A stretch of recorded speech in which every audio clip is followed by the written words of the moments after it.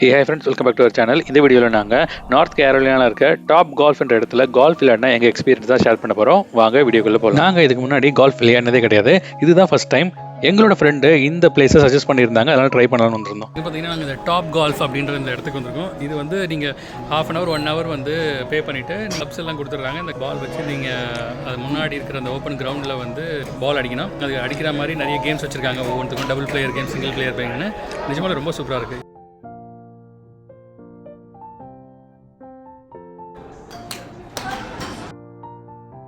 உண்மையாலே இது ரொம்ப சூப்பராக இருந்தது. 3rd ஃப்ளோரில் எட்ஜில் நம்ம விளையாடினாலும் முன்னாடி நெட் இருக்கிறதுனால நம்மளுக்கு பயம் இல்லாமல் விளையாட முடிஞ்சுது. ஸோ பால் மிஷினில் இருந்து ஆட்டோமேட்டிக்காக வந்துகிட்டே இருக்கும். ஸோ நீங்கள் ப்ளேஸ் பண்ணி அடிச்சுக்கிட்டே இருக்கலாம். ஸோ பால் எவ்வளோ தூரம் போகுது, எங்கே போகுதுன்றது வந்து கேமராவில் டிடெக்ட் ஆகி உங்களுக்கு பாயிண்ட்ஸ் வந்து ஸ்க்ரீனில் ஆட்டோமேட்டிக்காக வந்துடும். இவங்ககிட்ட சாப்பிட்றதுக்கும் நிறைய ஐட்டம் இருக்குது. ஏதாவது ஒன்று ஆர்டர் பண்ணி சாப்பிட முடியுதுன்னு பார்க்கலாம்.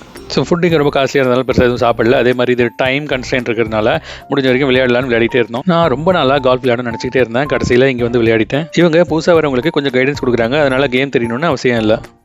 கேம் பயங்கரமாக இருந்துச்சு. கடைசியில் 6வது தான் வின் பண்ணான். எங்களுக்கு இது ரொம்ப மறக்க முடியாத ஒரு எக்ஸ்பீரியன்ஸாக இருந்தது. கண்டிப்பாக நான் இந்த இடத்துக்கு அடிக்கடி வருவேன்னு நினைக்கிறேன். ஸோ இதே மாதிரி இன்னொரு வீடியோவில் நான் உங்களை சந்திக்கிறேன். அது வரைக்கும் பாய்.